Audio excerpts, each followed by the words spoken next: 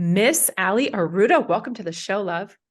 Thank you so much. I'm so happy to be here. Yeah, I make the same mistake over and over, and I don't hit record right away, and we get into juicy conversation, and then it's like, we should hit record. Yeah. So thanks for joining us all the way from Canada, where it's gloomy and cold. And gray and dark, and there's no sun.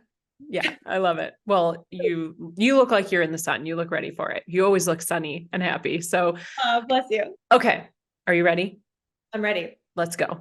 So you and your husband own a fitness studio up in Canada, and this is not something that you necessarily had a background in. So just give us a quick little 1-2 punch on how you came to be physical brick and mortar gym owners when you had completely different backgrounds. I feel like we were even talking about this in our little jam sesh before record of how that wasn't really on our immediate radar. We thought like 5-year plan would be super cool to have a studio, a gym, something in the fitness space that really actually just stemmed from passion. I don't have a background in, kinesiology or physical movement science, anything like that. Neither does my husband, but it was stemmed by passion. Matt was very athletic growing up in the sports like industry, but then mine actually stemmed from a personal experience with the loss of my brother, and we can totally chat about that. I'm very open. It's an open story for me, but that was a big part of my story, how I got into fitness as a way of working through my grief when I lost my brother.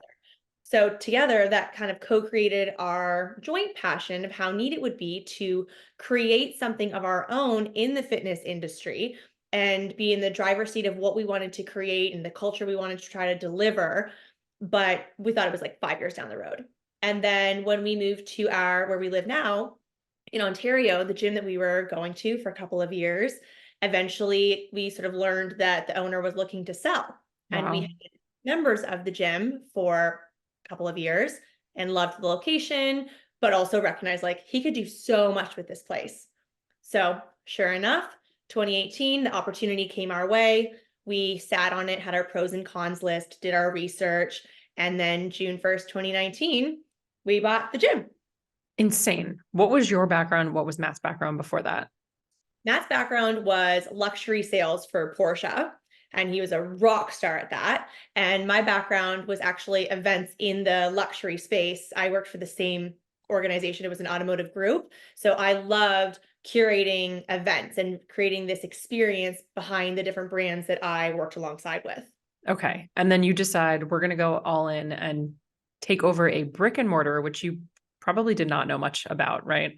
No, there's All a right. lot of Google tabs open. Yeah, I would imagine. Did you get like how to run a gym for dummies? Were you hiring mentors? Like how did you just leap into something that is so different from what you were doing? I asked some good questions along the way from gyms that I had been a part of that were more on the smaller scale, like, an independent Pilates studio or even the F45 franchise. I did become a personal trainer. It was sort of a lifelong goal. And after we got married in 2017, I finally said, okay, I'm going to be a certified personal trainer, which I know you and I have really chatted about, only briefly though. Yeah. And it was just kind of like a bucket list. I've always wanted to be a trainer. I really like working out. I'm going to be a personal trainer. And I worked for just a few months at a boutique personal training facility, as well as coaching at F45 in the group fitness. So trying to take a little bit from here, a little bit from there, a lot from Google. And then I'm just going to piece it all together. And we're just going to hit go, and we're just going to figure this out along the way, ask some questions. I'd be the first to say, I'm not sure. Let me look into that for you. Yeah. Yeah. Okay, so we're less than a year after you buy this gym and pandemic hits. The most ideal conditions, obviously, for Oh a yeah. physical studio. I'm assuming you had to shut down because things were pretty tight up there. Especially up here. Yeah. So what did that look like? Were you guys freaking out? Oh yeah, like I remember it vividly. Like we bought the gym, we rebranded, we did some big renovations, expanded, and by like November, we're like, okay, this is ours. This is so much fun. This is so awesome. And then March rolled around, and we were hearing how like, oh, we're just actually going to close for 2 weeks to flatten the curve. And I was like, okay, that's not ideal, but it's only 2 weeks, so it should be totally fine. Good communication, stay high vibe. 2 weeks turned into, 4 into like 16 in that was the longest stretch. And so we were closed for a total of 4 times. Wow. And definitely had no, like the first time around, we had no plan. And once it rolled around, like the second and third and fourth time, we did have a plan that was good for our community. It was absolutely not good for the ownership and for all the overhead that continued to flow. Yeah. But it is a big part of our story. And yet at the same time, I don't want it to be like the biggest part, because it's not just unique to us. I understand that entrepreneurs, whether it be brick and mortar or, in virtual in the online space, like we always have roadblocks and challenges. This was a really big one and also very expensive. But we did kind of learn that, hopefully we don't have anything else catastrophic in these like first young 5 years. Yeah. But I'm so proud to say that we navigated the storm through that really tumultuous time. And also our relationship as husband and wife and best friends and business partners, we're really great. We never had any big outbursts or, yeah, sure, you have a bad day, I have a bad day, but we can pick up those pieces and move on the next day. And I think that's something that now that we're into 2024 and we're looking back, we actually feel quite proud of that Yeah. and feel very resilient. Yeah. Incredible. What were some of the biggest lessons that you learned? And did you have a team at the time? Like when you had the brick and mortar, you had a team, and did you have to lay anyone off? No, I mean, our team was very small. It was just sort of contracted personal trainers that eventually one went out on his own, which I mean, I understand that happens. Another moved him and his family back to England, where he was from. I don't blame him. So we were really just the two of us. And it gave us some time to, look at the positives to, okay, let's paint the bathrooms and let's refresh some things on a more micro scale and being smart. But we wanted to try to, jazz up our social media at the time. I mean, even that looks so different now than what it did then, because I'm Yeah. learning a lot and getting in these different rooms and meeting different people to expand that area of our business. But I think just really working on mindset and our own personal growth journey, that listening to amazing podcasts, reading awesome books, like those are things that are either free or very low cost that you can do to keep, your own morale up and continue that propelling yourself forward. Yeah, absolutely. So what are some of the lessons that you learned when you had to shut down, and then again, and then again, and then again? I'm assuming you opened stuff up virtually at that point, right? We actually didn't. We were Really? not, yeah, which is shocking. People, that probably shocks a lot of So what did people. you do with all your members? We've held them. We froze all of their memberships, and Wow. we had and have, I mean, our community has sort of evolved a lot since then, but the first time around, we didn't really know what we were doing. It was sort of ad hoc, what does Jess want to do? What does Matt want to do? What does Mike want to do? Very different.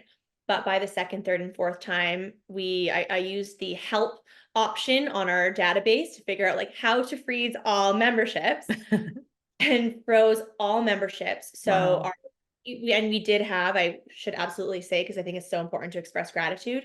We had a small handful of very generous people that insisted on keeping their membership active, which was so kind. And so lots of gratitude for those humans. But otherwise, no, our revenue was frozen, and Matt was still working in his sales role and thankfully was going to work. So we always had other, income streams, which has been a huge lesson that I sort of knew that before going into the world of brick and mortar entrepreneurship, the value and impact of having multiple streams of income. Yeah. And that is what I dove into, that I have a network marketing side hustle that became a like massive hustle during that time. And I, again, expressed gratitude for having this additional income stream that I could wear a cute top on top and my sweatpants on the bottom and run Zoom events and hustle. It's in the supplement industry. And so it was nicely aligned with my personal brand, with the gym. But that was totally a huge lesson. And I think it's something that you can always find value in for anybody that's listening, or taking in our content for both of us, that multiple income streams, there's so much value there. Yeah. So one of my biggest lessons. And I think also that in hard times, because I also lost my dad in the middle of the pandemic, that was unexpected, and that was like, ooh, rock bottom. Like I am Yeah. right flat on rock bottom. And I have said this a lot since then, that the good thing about rock bottom is that you literally can't go in any other direction. You can only go up and claw yourself out. And that was a big takeaway and Yeah. a life lesson, that you are stronger than you think, probably, And if it's really bad, it can't get much worse than rock bottom, and you can only go up. Yeah. Well, I don't want to glaze over your brother or your dad, so I'm so sorry for those losses. I think my mom and your dad have the same birthday. They do. I know, Well, I saw that. Oh, that's incredible. Can we stay there for a second with the rock bottom? yeah. People throw that word around, and I've heard you talk about it before too. What did it actually look like? Like if I were looking through a telescope, what would I see when I saw Alli at rock bottom? Very numb. Yeah. Very numb. I remember the like first few days after my dad passed, like I was definitely in the denial phase for quite a while. And I remember sort of saying to Matt, my husband, that I was like, I have like these chest pains, like my chest hurts that I've never experienced before. Like I've, had some boyfriends that we broke up, but I've never actually experienced heartache Mm. or heartbreak. And I eventually realized, like, oh my God, I think this is actually heartache. Like my heart hurts so much. And trying to just sort of sit in that. And it was in September. So it was still actually quite nice in Canada. So I would sit in our backyard. We have a beautiful cabana by a fire. And so I just would sit by the fire, journal. I'd have a cup of tea or wine, it would depend on the time. And I would just Nobody sort of, judges. yeah, yeah, it wasn't that bad. It was like I think 4:30. I think it's acceptable Eastern Standard Time. So tea or wine, and I'd have my dogs. At the time we had 2 dogs, now we have 3, but I'd snuggle with my dogs, blanket, tea or wine, journal. I got gifted some beautiful books from close friends that, just kind of like learning how to heal, or books about grief that I did find. One about living with loss was an excellent book. It like hammered every emotion and every stage that you go through. Yeah. Was a great book. It's almost like one of those books that you want to remember. Like, okay, I'm going to gift that. Hopefully, not anytime soon. Yeah. If a friend needs it in the future, it was great. And just kind of sitting quiet. I kind of gave myself 2 weeks to really sit in like that numb denial phase. Yeah. And eventually, like, I met a friend for a coffee, and I would go on a walk and try to pull myself back. But then eventually, like I'm not sure the exact months, but I eventually had this surge of motivation and drive to realize, and I think we could maybe both perhaps connect on the fact that life is really fragile and things can happen when you least expect it. Yeah. So to really lean into like following your dreams, what do you want to do? How do you want to feel? And that has been a massive motivator. And my dad was always really interested in what I did. And so I feel like by default, I'm also trying to like overperform of what I'm Yeah. doing. And it has been this like new surge of motivation and drive for what I'm working towards, what we're working towards, what we want to create, and just having this different drive like sitting within me. Yeah. It's incredible to watch from the outside because that's exactly what you portray to the Mhm. world is the inspiration and the empowerment and the motivation. Like I said it when we started the podcast, like you just are a sunshine, like between the blonde hair and the smiles and just the love, like you just elude that, like you give it off. And so I hope that you know that you do. Was your Instagram handle always what it Yeah. is today? That's Yeah, really Matt came up funny. with that like years ago, as it was actually we started it as a way to like have a separate Instagram account for my side hustle that was Okay. all about, oh my gosh, if you scrolled back and you found the photos of like my neck and a Nike shirt holding a dumbbell to be Oh, like, I hey, went. I went. I did went you all the way back. Yeah, I was looking for something I wanted to grab to read, like out loud on the podcast, but Inspire and Move has been the name forever. ever? Yeah. With the grief, and I appreciate you talking about this because it just, we're all human. Literally, all of us go through grief at some point, loss at some point. Were there other elements of this rock bottom? Like, were you eating junk food? Did you not want to talk to people, not answering text messages? Were you skipping workouts? Were you over exercising? Like, what were some of the other sort of symptoms that we could see with this rock bottom? I didn't skip workouts. Probably for those 2 weeks, I was very minimal because I did not want to go to our gym. Everyone Yeah. was very supportive, but we're very community heavy. So it was just like we have a Peloton at home. So I was like dog walks and Peloton. I did a lot of like guided meditation on the Yeah. Peloton app. and I just allowed myself to be slower. Yep. I actually didn't eat as much. For the first time in my life, I realized like, oh, is this sad skinny? I'm like -6 pounds. And so it was a bit more of the sad skinny experience that I feel like as a young girl, you're like, oh, that's so awesome. But as a grown woman that appreciates like activity and movement and big weights, I was like, was not ideal for the muscle mass, but we'll deal with it. But eventually there was me and my workouts have a very tight relationship. Yeah. And it's one thing that I feel like I heard that even on a lot of podcasts around the holidays, how people just kind of throw their routine with their movement and healthy eating out the window. And I don't totally understand that. Like for me personally, it's a priority that I know how I feel when I'm working out and, changing up my workouts with, okay, maybe I'm doing Pilates instead of running, vice versa. It was that running actually became a big part of my routine. And my dad was in the hospital for 2 weeks before he passed, and that was a big non-negotiable. I was running about 5 days a week, nothing strenuous, but at Yeah. least the movement down by the water and just getting these different endorphins. Yeah. And so I find that like going through those emotions with grief, or perhaps if you're in an opposite spectrum where you're really overperforming, I think having those healthy habits that you love and really feel good with are really truly very important. Yeah. And that was a big part still in those weeks and months after. Mm. I'm so grateful how the conversation has shifted over the years. I was a trainer for 18 years. Had an eating disorder for 10.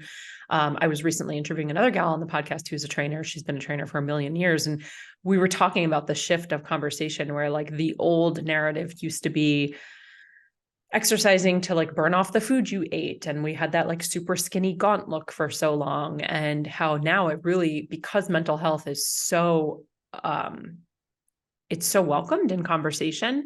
Now it's become like, oh no, movement doesn't have to be exercise, right? Like, but movement is a tool for people and it makes you feel good. And so it doesn't have to be this 2.5 hour CrossFit workout that leaves you throwing up on the floor, laying in a puddle of sweat, which for me, there were many years where if that didn't happen, it wasn't enough. And I like had to go back. Right. And now it's like, well, maybe it just is, it's a jog, it's a walk, it's a Pilates class, whatever it could be. And just the permission to even see someone like yourself who is a fitness professional, who owns a gym, and you're like, no, variety is good.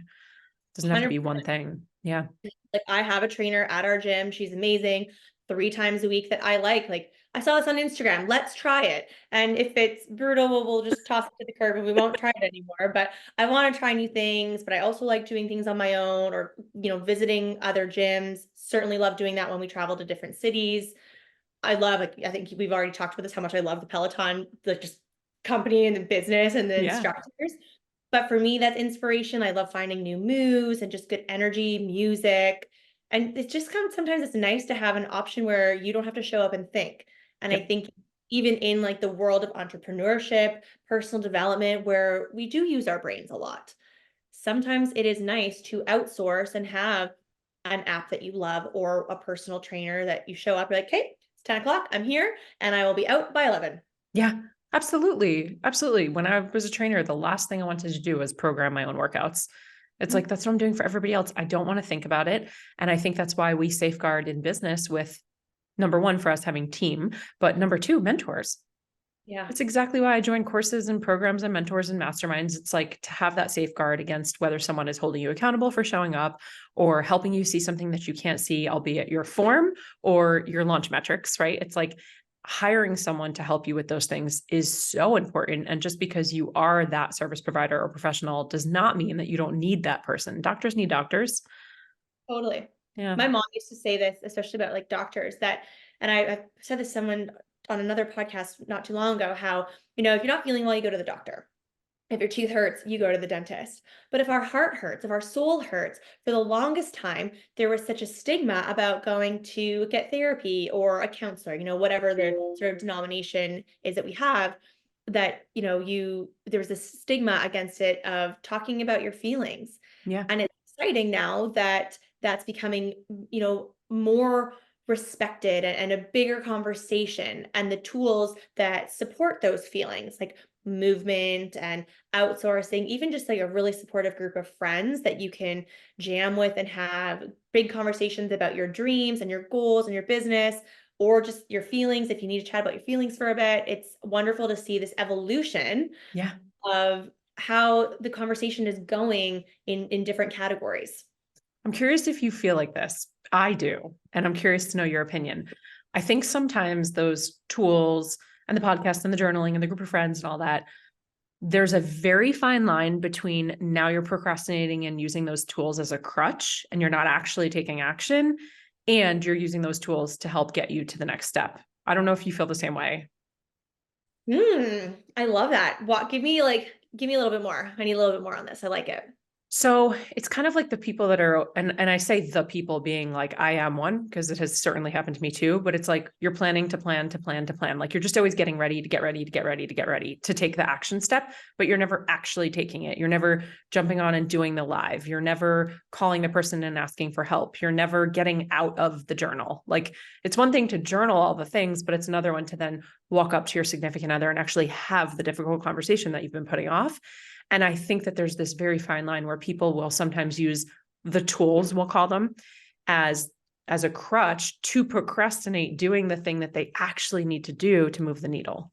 I think that's an excellent perspective. And 100%, I think there's a lot of people, Yeah. we'll go broad, a Yeah. lot of people that absolutely would be able to identify with that very strong and very accurate statement, perspective. Yeah.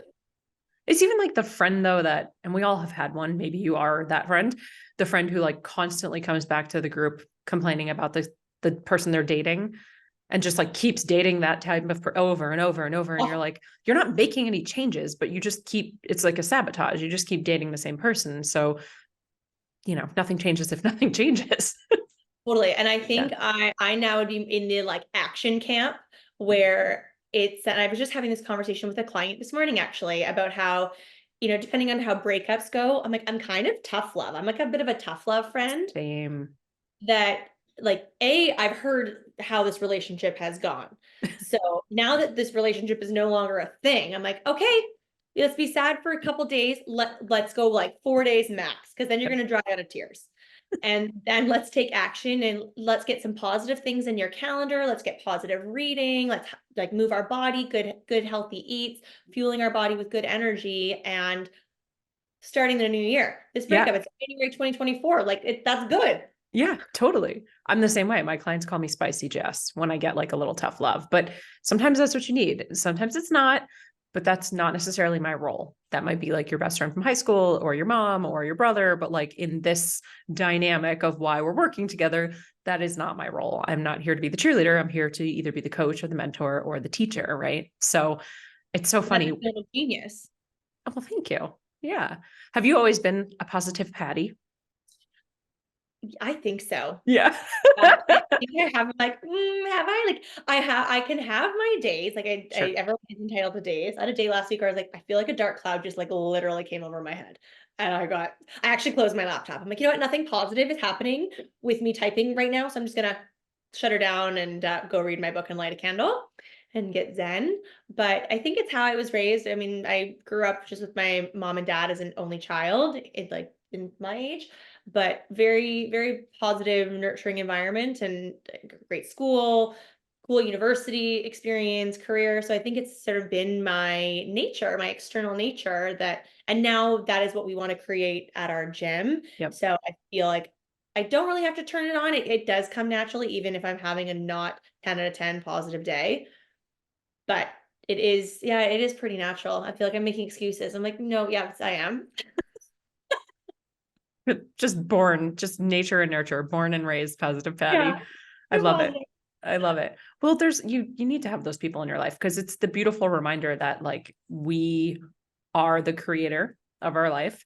The only thing that we really can control is how we react to different things. But like you said, it doesn't mean you can't have that 5-minute pity party. Like take the 4 days, your tears will dry up, do what you need to do, because sometimes it just does suck.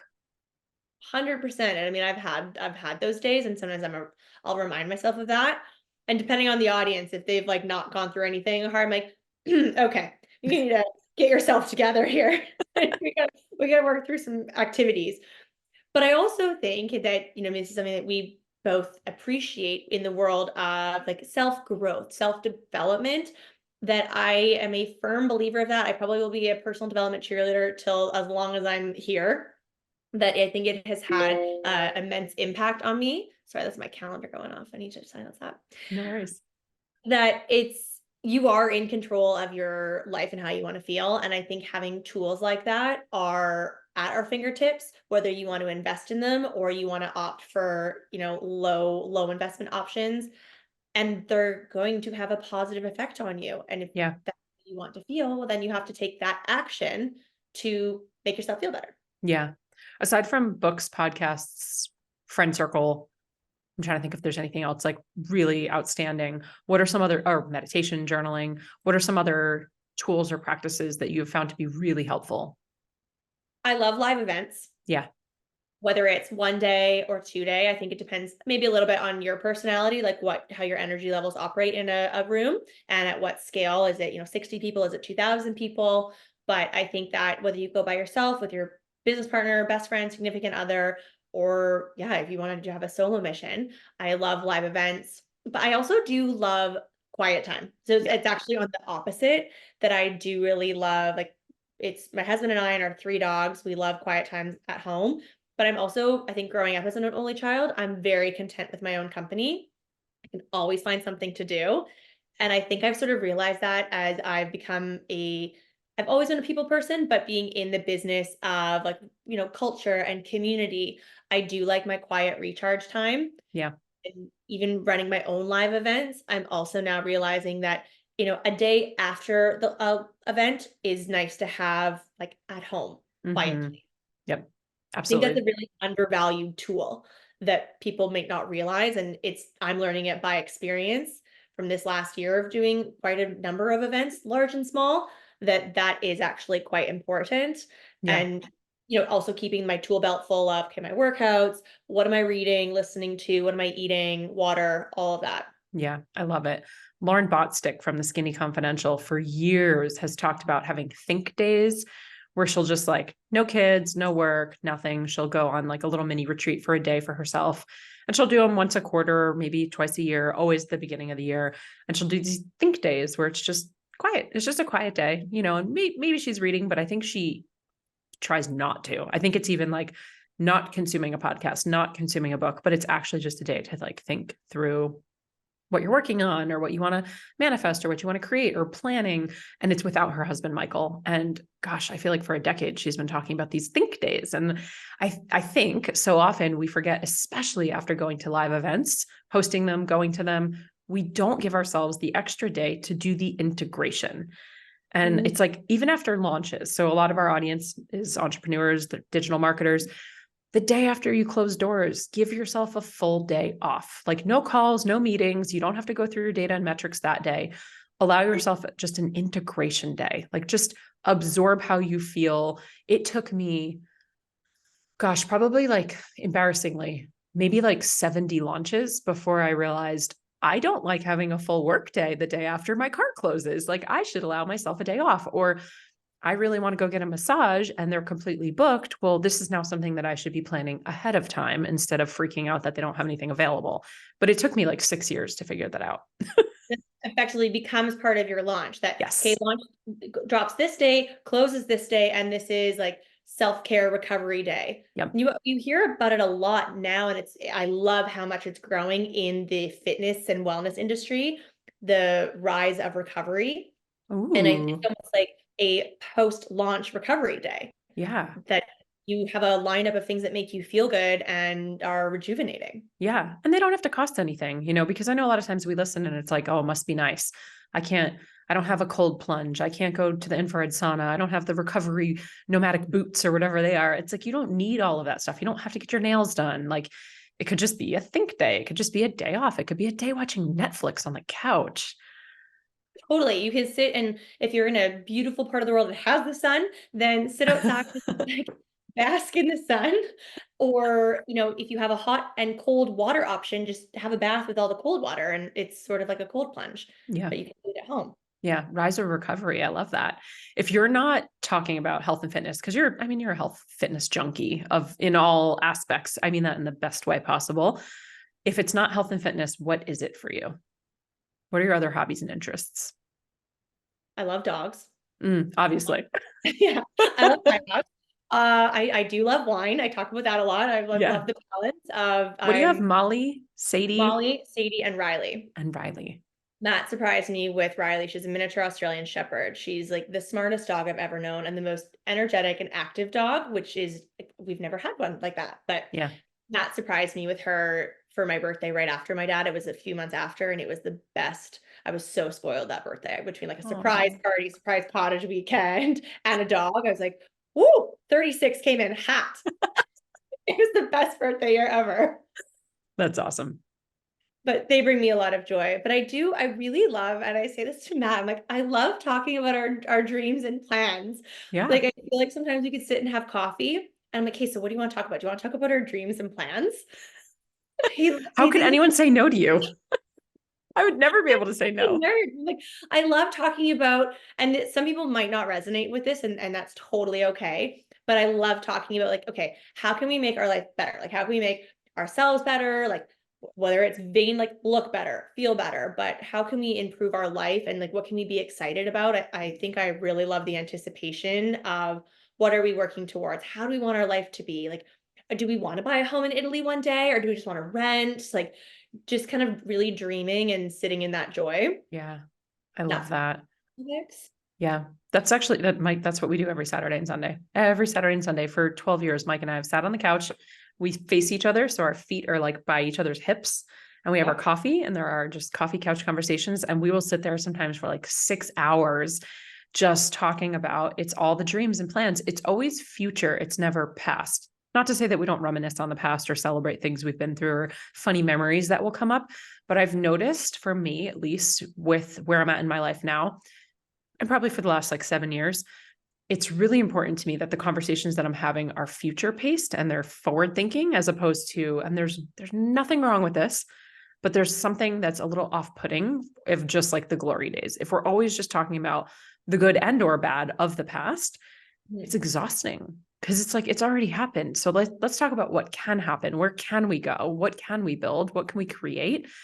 And more times than not, if I look back, even if it's taken 7 years, like every couch conversation we've had has come to reality. I love that so much. Yeah. There's so much power in, what we think, what we talk about, and how we can put it into action. And I feel like sometimes we flirt with this line where we want to talk about current things that, we right now have like a few things in our business that are just kind of like mucky. They're like cloudy and mucky and they're annoying and we just need to like deal with some of these things. So we're talking about them, but I think we're both also very aware that like, oh, this isn't positive. Like, I don't want to talk about this, but I feel like we need to. So it's this like weird balance of like reality Yeah. that's important and have to deal with it, but it's not serving us for that future life and business and growth that we're excited about and want to put our energy towards. Yeah. Yeah. Because we're just again fine lines. Totally. And I think that it's okay. It doesn't always have to be positive. I think toxic positivity is something that exists as well, where it's like you can't just glaze over everything. It's like, no, there's a challenge coming up right now. There's a hole, a gap, a leak in the business or whatever it might be. Like, let's deal with it. Let's navigate it. But it's how you're approaching it that you can control it. So I think that's really important. And it's not to say, by the way, I did not say everything we've ever dreamt of on the couch has manifested into reality with just a wink and a wish. It's like, no, it has been decades of really hard work and hustle and putting myself in difficult and, conversations and taking the leap and investing. And it's like all of that is what has made those things come to fruition. It's not just have a conversation and all of a sudden it magically appears in your lap. I think that's such an important message to like kind of over communicate that I Yeah. think, especially in the world of social media, it's so easy for people to consume like, oh, that must be so nice for Jess and Mike. Well, no, there's actually years of hard work before that, or Yeah. years of investing, or two really bad years, but like one awesome year and then one bad year, but 3 awesome years. That there's no crystal ball that you just look at and tell the universe what you want and then it appears. It's like a big recipe of hard work that Mhm. is hard work, money, timing, conversations, like so many different things, so many Yeah. different ingredients, I should say. Yeah. It's such an important conversation. And this linear growth thing, we've had conversations with clients over the years who are, I can't think of a better word, but like they're disappointed. I'll just go with that. That's not the word I wanted to say, but they're like a little bit like a toddler throwing a tantrum of disappointment and frustration because their business didn't grow this year, like revenue wise. And it's like, hold on, whoever told you, what story did you read that your business is supposed to grow linearly, vertically year after year, always getting bigger in revenue? Like that is not how businesses run. That is not how companies run. That is not how the biggest businesses in the world run. That is not how it's supposed to be. And also this whole thinking around revenue, it's like, oh my God, why is our focus on revenue? Because what if your revenue did exactly the same or even went down, but your profit margin increased? Like, why are you upset about that? Or you worked half as much this year as you did last year, but you didn't increase your revenue. Like there's just, the conversation just needs to be had.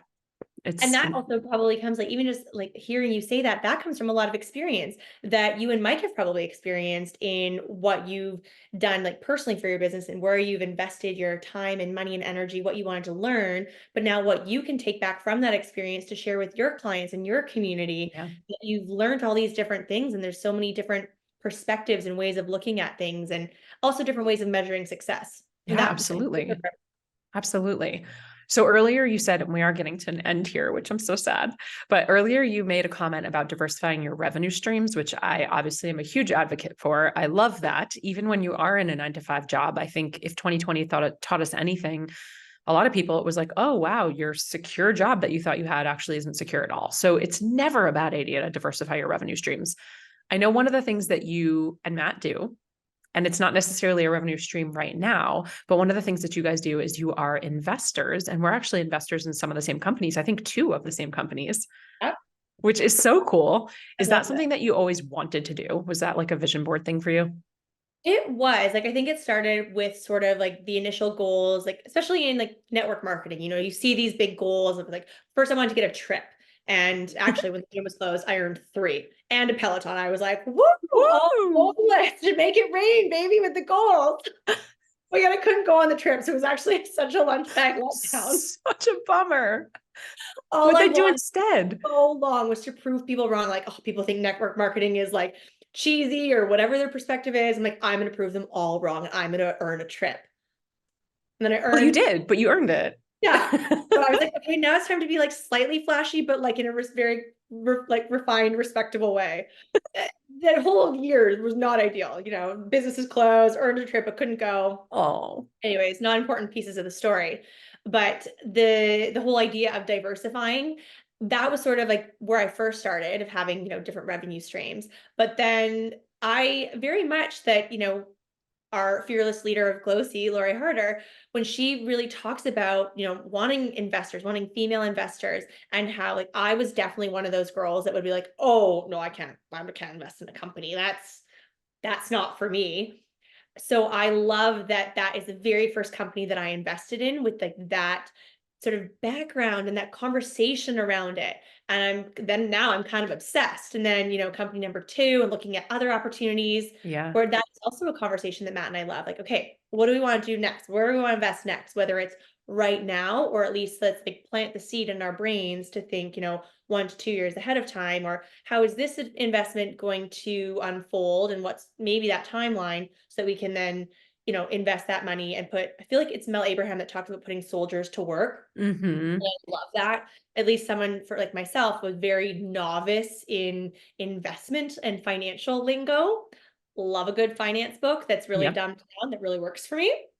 And, putting those little soldiers out to deploy them and go work with your money. Yeah. I Yeah. think growing up, I thought, oh, you want to have like 75K in your checkings account. Right. Just sitting there earning nothing. What does that do for me? Other than feeling slightly satisfying, be like, oh, I have so much money in my checkings account with my debit card. Yeah. Yeah, absolutely. And Mel Abraham, shout out to Mel. He's incredible. Definitely give him a follow. He's been on the podcast. I don't remember what episode. It was a long time ago, but great guy to follow if you are looking for like any sort of financial literacy, investing, any of that stuff. He's great. Something with investing for me was also, so investing in startup companies, which is what we're talking about right now, is extremely high risk. So if you're not aware of any of this, if it's like total gibberish to you, it's super high risk. Like these companies could never come to market. The products could never come to market. It could crash and burn. It could just totally not work out. And then we're out all of our money. Love, that's how I started. I was like, I'm just going to start high risk. Totally. Totally. Action. Yeah. Lower risk would be like maybe stock market or like, T Rowe Price or something like that. But this is like super high risk. Real estate would be a better, safer route, which is something that we've done as well, which we continue to grow. And that's super exciting. For me, going into this super high risk thing, I had to be okay with if I lose it, not so much financially, if I lose it, will I be okay? Obviously, that's a box you have to check because you might lose the money. But if I lose it, will I be okay emotionally? Do I have the emotional intelligence and wherewithal to know that like, it's okay. This is a decision that I made. And while it might sting or burn or it didn't go the way that I wanted, the expectation that you have is going to create the experience that you have. And am I willing to put myself into that position? Did you have any sort of like conversation with yourself or conversation with Matt going into the first investment, Glow C, when you were like, oh shit, this is real. Like, this is real. I was like pretty excited. Like when I got the deck, I was like, yeah, cool. How much do you want? I was like so ready. And then thank God, Matt we sat down. He's like, let's just review a couple of questions and then maybe apply these to a call. Okay, fine. It's boring, but sure, I'm ready. And I'm like ready to take my paper to the bank and like make my wire transfer with my Canadian dollar conversion. But I did have some responsibly poignant questions Yeah. and asked those that, the answers were very aligned. And I could not be more grateful for the opportunity. And I love that it started with an investor dinner. And that's where I got to meet you, Yeah.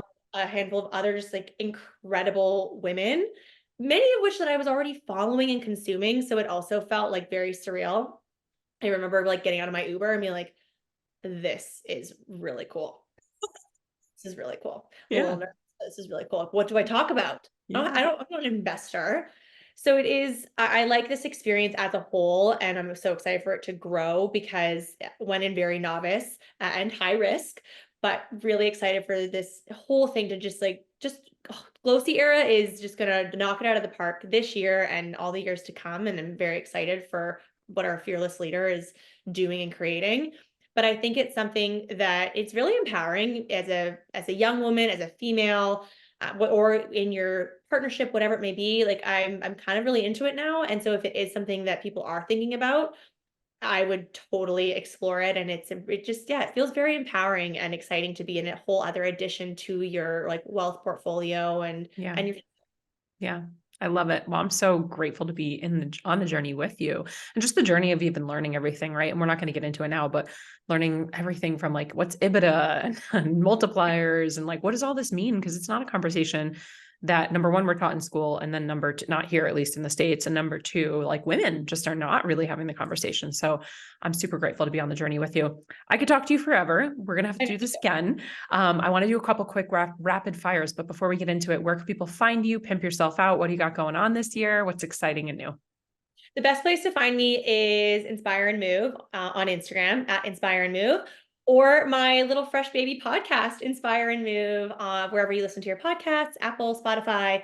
And if you're searching for it, it's Inspire plus Move. And I love to have some new visitors, and I cannot wait for Jess to be on the show. Oh, I'm so excited. All right. You ready for some rapid fires? Yeah. Okay. What are you currently reading? I am currently reading 101 essays to save your life. It's the Brianna Weiss one. Yeah. To change your life. And it's really good. Yeah. Her books are phenomenal. She's great. Yeah. Big fan. Yeah, me too. She's really great. Let's get her on the podcast. That would be fun. I love that. Yeah. Guilty pleasure. Wine. Red or white? I don't discriminate. I love red, white, rosé, and sparkling. Oh, all perfect. So you're more about pairing it with like the mood or the food. Yeah. Mood, food. I actually feel like it's like that and coffee, like wine. And I also love coffee. Love coffee. Black or with creamer, milk? Black. Yep. I figured. Yeah. I figured. Fitness life. Yeah. Yeah. 3 black Americanos, please. Love it. What's a habit that changed your life? Reading. Yeah. Wasn't big on that like growing up. It was very intimidating for me. And then now when I lived on my own and here I am now, I love it. And it has changed my life, especially because of like the types of books that I like to read or have chosen to read have had a very positive effect on my life, relationships, and routine. Yeah. Well, I'm a huge advocate of reading. Everybody knows that in my audience. Readers are leaders. I love it, love it, love it. I'm obsessed with books, but I wasn't growing up. I did a lot of Cliff Notes and Spark Notes for high school. And then all of a sudden, yeah, fell in love with reading in my probably mid to late 20s. And now I'm an avid reader. If you were to give a TED Talk on nothing that you're known for, like secret interests, what would it be on? That's like a bit of a stumper question. Like, I think it would be on happy habits. Okay. I'm into it. I feel like that is you, but I'll take That it. is me? Is that like a cop-out answer? No. Something that would be like low key. No, I was like hoping you were gonna be like Okay. tree houses. I have a different one. Different answer. Ready? Yeah. Pop punk music. Ooh. Pop punk. What's pop punk? Like Paramore, All American Oh, Rejects. yeah. Kinda Did throw you like like Ashley Simpson back in the day? I had her haircut. Like I had I Ashley. wanted to be her. Yeah. 100%. Both of them. Her and Jessica. I love them both. Yeah. Well, you could pull off both. I could see both very easily on you. I did used to get Ashley Simpson a lot, especially with that Yes. hardcore side bang. Yeah. Was it dark? Did you go dark? No, I thought Okay. about it. You've always been blonde. Always been blonde. Got it. All right. So funny. Best piece of advice you've ever been given?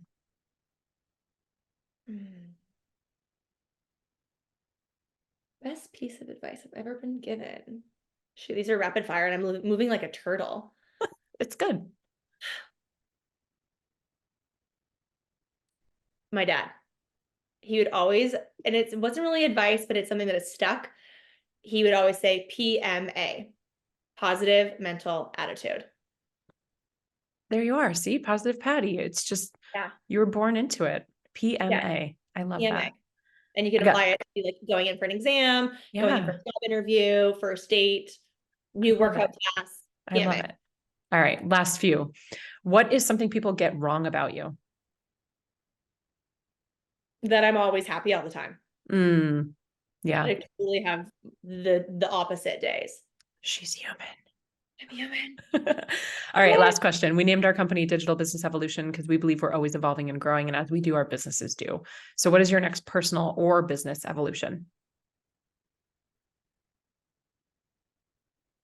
Personal is very much to evolve the podcast. You know, I've watched so many of you that I've loved consuming for years, just knocking it out of the park. And I'm very inspired to do that myself this year. And also take the first action steps on writing a book. Ooh, I want to talk more about that, but we are out of time. So it looks like you're just going to have to go follow along and see what Alli's up to.